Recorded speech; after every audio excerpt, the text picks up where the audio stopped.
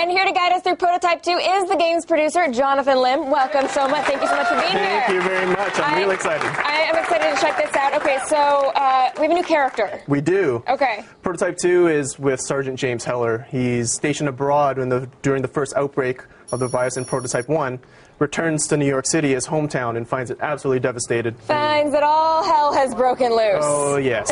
It's not pretty. Yeah. And his family isn't doing so well either. No, as a matter of fact, what happens is he loses his family in the outbreak, and he's really distraught, and he has only one person to blame for that, and that's Alex Mercer. So we are, at some point, going to see Alex in this game, too. He does make a return. We left an open thread in Prototype 1 that Yes. we want to close out in Prototype 2.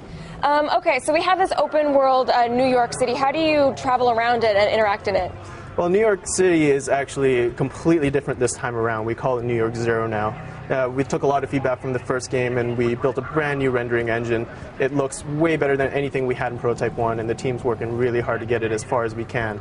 And it's also now split up into 3 zones. We've got the green zone, which is a militarized zone that's on lockdown. We've got the yellow zone, which is a kind of quarantine area, and the red zone, which is Manhattan, but it's completely different. It's all torn apart.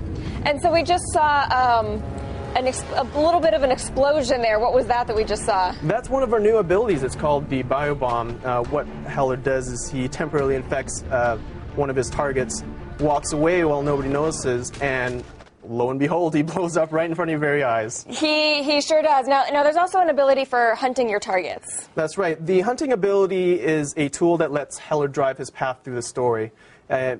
What he does is send out a ping, sort of like sonar, sends it out into the world, sees it bounce off his target, reflects back, and that allows him to pinpoint where the target is in the world. Now, you can also really get around the city in sort of interesting ways. I mean, because that's the problem with the open world game is travel. So how are you traveling around? Well, one of the things that we kept from Prototype 1 is just the crazy, insane, over-the-top locomotion that we had that people just love. There's something really exhilarating about running through, flying, gliding through the world, landing on rooftops. It's quite like no other.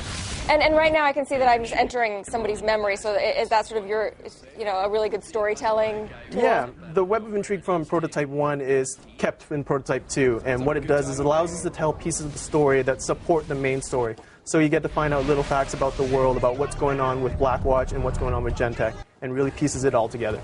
And so what are some of his sort of new powers? Well, we've got a lot of the powers that we had from the first game that people love, things like the claws and the blade. But what we have now that we're showing you is going to be the tendrils power. And the tendrils power, I gotta let it speak for itself. It's really crazy. What it does is it strings cars and people up and tears things apart. As you see in just a second here, it's pretty exciting. We've got something called the black hole move, which hits the target and then just implodes around it with all sorts of debris that's around that target.